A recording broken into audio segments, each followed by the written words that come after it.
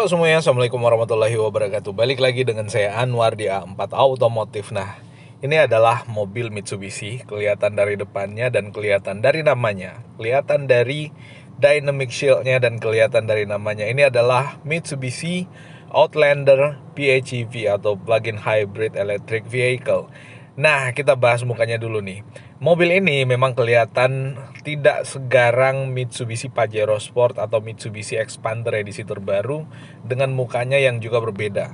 Kenapa bisa nggak segarang itu? Karena memang mobil ini didesain untuk kelihatan lebih mewah atau kelihatan lebih kelihatan lebih luxury lah ketimbang mobil-mobil jenis Mitsubishi yang lainnya.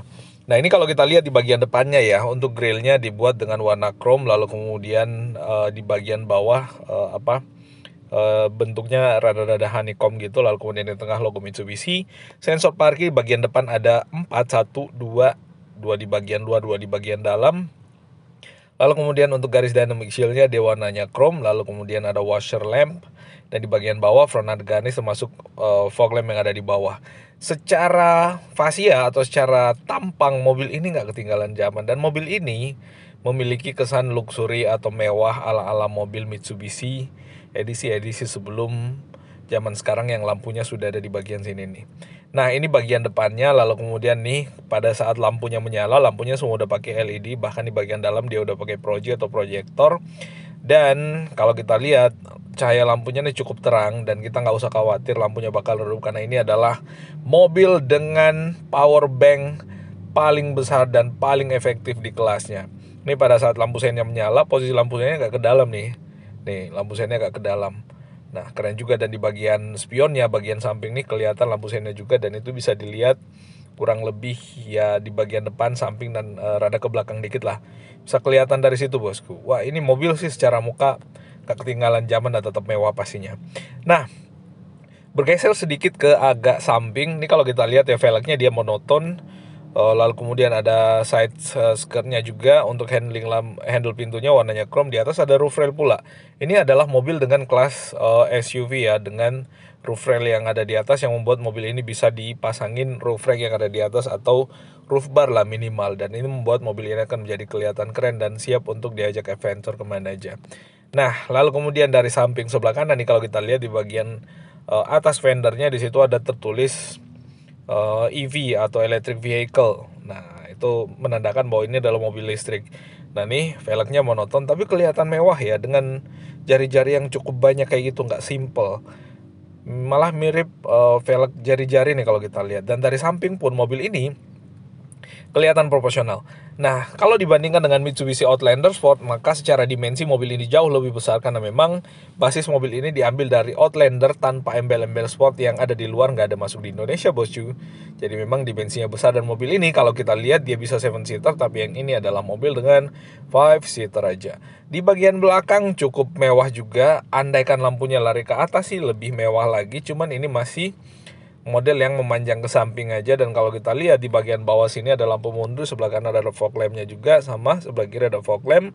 Lalu kemudian sensor parkir bagian belakang 4, ada kamera mundur pula, dan di bagian belakang nih kelihatan ya tulisannya Outlander PHEV, di bagian ada plate juga. Kaca belakangnya udah pakai defogger, ada high mount stop lamp dengan spoiler yang besar di atas, dan termasuk shark fin antena. Tampang belakangnya sih juga nggak kelihatan jadul ya, masih worth it lah untuk dibeli sekarang. Apalagi mobil ini nggak menjual tampangnya, tapi teknologinya, bosku, yang luar biadab itu. Mobil ini terbaik di kelasnya lah ya untuk plug-in hybrid electric vehicle atau PHEV. Nah, agak ke samping nih kita lihat ya. Dari sudut sini sih bisa kelihatan banget ya, garis jendelanya dia pakai warna yang chrome ala-ala mewah gitu. Lalu kemudian setiap pilar atau pilar-pilarnya dibuat warna hitam, jadi seolah kacanya tuh menyatu ya. Dan ini luxury ala kebapak-bapakan lah gitu. Tapi harusnya sih anak muda juga ketinggalan zaman nih pakai mobil-mobil kayak gini. Nah, ini dari samping sebelah kiri juga kelihatan lebih jelas lagi. Mobil ini punya kelas. Mobil ini adalah mobil yang kelihatan mewah. Ya, harusnya sih mobil ini sekelas-kelas Mazda CX-8 ya, atau CX-9 sih maybe ya. Kurang lebih kayak gitu ya. Kurang lebih kayak gitu, atau mobil-mobil Toyota apa ya yang sekelas ini. Silahkan tuliskan di kolom komentar yang ada di bawah, ada yang lebih tahu. Nah nih dari sudut depan tadi kita udah tunjukin, lalu kemudian bagian mukanya juga kita udah tunjukin. Kayak gini sih ya cukup keren lah ya. Nah nih kalau kita lebih dekat lagi sensor parkirnya lebih kelihatan nih. Lalu kemudian di bagian bawah grillnya cukup besar, di sini agak ketutup ya. Karena memang pendinginan ke bagian mesinnya itu nggak begitu maksimal karena nggak butuh RPM yang terlalu tinggi. Karena memang mobil ini penggerak utamanya adalah motor listrik, sekalipun mesinnya bisa menggerakkan mobilnya pula, tapi itu di kondisi tertentu aja. Ya, boleh dikata 90% sistem penggerak pada mobil ini dikendalikan oleh motor listriknya. Nah, di depan ada logo Mitsubishi, yang logo ini isinya sensor semua bosku, jadi cukup safety pada saat berada di sekitar mobil ini, apalagi bagian depan ya, karena mobil ini cukup lengkap dengan sensor atau fitur safety-nya. Ya kalau kayak Honda Sensing dengan Toyota TSS Avanza dengan Honda All New BR-V sih nggak ada apa-apanya sama mobil ini ya, kelasnya jauh beda kok.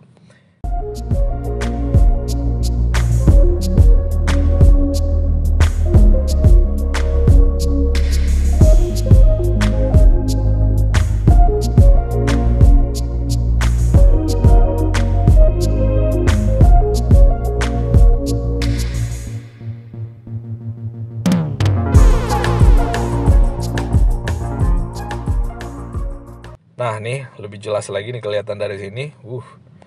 Nah lalu kemudian bannya sama seperti yang ku jelasin tadi, dia pakai velg monoton. Sistem pengereman depan belakang dia udah pakai cakram bosku, jadi udah pasti sangat pakem lah. Nah ini bagian belakang pada saat lampunya menyala, di atas ada high mount stop lamp. Lalu kemudian lampu rem, lampu mundur, lampu sennya menyala semua. Dan ini kalau kita lihat dari belakang, berkelas nih mobil. Kalau kita lihat dari belakang memang karakter berkelasnya tuh lebih kuat ketimbang karakter garangnya. Dia tidak menunjukkan nuansa garang atau nuansa keren. Ya tapi intinya yang ditonjolkan adalah kemewahannya. Nah di bagian bawah sini ada rear under garnish yang ada aksen warna hitamnya juga kurang lebih ya. Sama seperti yang ada di sini tadi warna hitam. Lalu kemudian di bawah ini warna silver. Nah ini bagian eksterior sama seperti yang ini, di bagian belakang juga kayak gitu. Dan kalau kita lihat dia udah wipernya, rear defogger udah ada SAWC di sini karena memang mobil ini menggunakan sistem kontrol yang SAWC. All-wheel control, S-nya lupa. Super atau apa gitu, super all-wheel control atau kayak gimana. Yang ingat atau yang lebih tahu silahkan tuliskan di kolom komentar yang ada di bawah bosku. Nah ini ban belakangnya pengeremannya udah pakai cakram juga, sama seperti yang kita jelasin tadi di awal nih. Jadi lebih pakem pada saat ngerem. Nah untuk interiornya juga berkelas bosku. Kalau kita lihat nih setirnya ya masih setir persis dengan yang ada di Pajero Sport Ultimate 4x4 dengan 4x2 karena sama-sama udah pakai adaptive cruise control. Lalu kemudian untuk pengaturan AC-nya digital, head unit cukup besar ya, kira-kira 8-9 inci. Lalu kemudian di bagian bawah sistem penggeraknya ini bukan transmisi kayak mobil biasa ya, tetap transmisi tapi untuk motor listrik. Hanya untuk mengkoneksikan ke motor listriknya, tidak gimana ya menjelaskannya. Ya intinya kayak gitulah. Ya kayak gitu. Nah, di atas ada sunroofnya juga cukup besar. Untuk spion tengahnya sudah elektrokromatik. Ada untuk buka sunroofnya di sini, lampu baca kiri dan kanan. Lalu kemudian di bagian bawah sini dashboard cukup luas dan visibility juga cukup luas bosku. Sini ada Twitter, lalu kemudian sebelah kiri juga pasti ada. Nih visibility-nya ya cukup luas lah ya untuk mobil ini. Dan ini kalau kita lihat joknya udah pakai material kulit dengan jahitan asli. Jadi tentu akan sangat nyaman untuk kita duduk dengan kualitas jok yang sepremium ini, dan dibuat ala-ala semi bucket juga, jadi memeluk bagian badan kita dengan maksimal pastinya. Perfect lah ya. Nah ini bagian belakang baris kedua ada 3 headrestnya, lalu kemudian ada armrestnya juga, yang armrestnya ini harusnya sih ada cup holdernya juga. Cuman memang kita belum pernah ketemu mobil ini ya, jadi kita nggak mengulasnya interaktif langsung dengan unitnya tuh. Wah tapi ya standar lah ya untuk yang ini. Nah ini pada saat jok balis keduanya itu dilipat secara full, maka akan membuat ruang penyimpanannya menjadi sangat luas. Bahkan kita bisa gelar matras atau kasur di sini, kita tidur di mobilnya. Jadi kalau kita kemana-mana tinggal tidur di mobilnya, nggak usah khawatir bosku. Pada saat HP-nya lowbat dan seterusnya tinggal colokin aja di USB slot atau power outletnya. Nah di sini bahkan Ada colokan untuk kalau misalkan di rumah lagi mati listrik, bisa pakai ini dan bisa ngidupin dengan daya 1500 kVA kalau nggak salah, 1500 ya, daya listrik 1500 lah intinya kayak gitu. Itu bisa di cover sama mobil ini dengan colokan yang ada di sini dan bisa hidup 9 jam. Kalau mesinnya diaktifkan pula atau mesinnya lagi hidup, bisa sampai unlimited, sampai mesinnya kehabisan bensin lah intinya. Nah ini modenya ada mode EV, lalu kemudian ada mode berkendara lagi di sini, normal, licin dengan berpasir kayak gitu kurang lebih ya.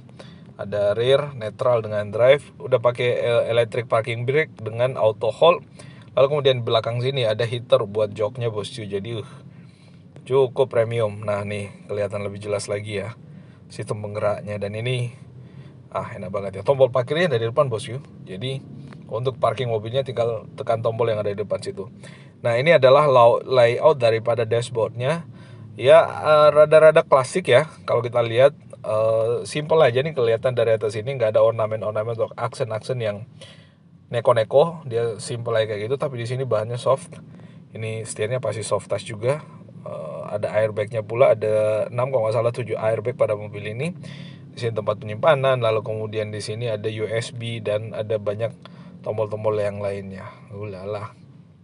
Nah kayak gitu. Terus ini setirnya yang aku bilang tadi mirip Pajero Sport. Di bagian sebelah kanan ada adaptive cruise control, bagian sebelah kiri untuk audio switch steering, lalu kemudian ada ngangkat dan tutup telepon. Jadi ya cukup komplit. Lalu kemudian ini adalah motor listriknya bos. Ini motor listriknya untuk bagian depan.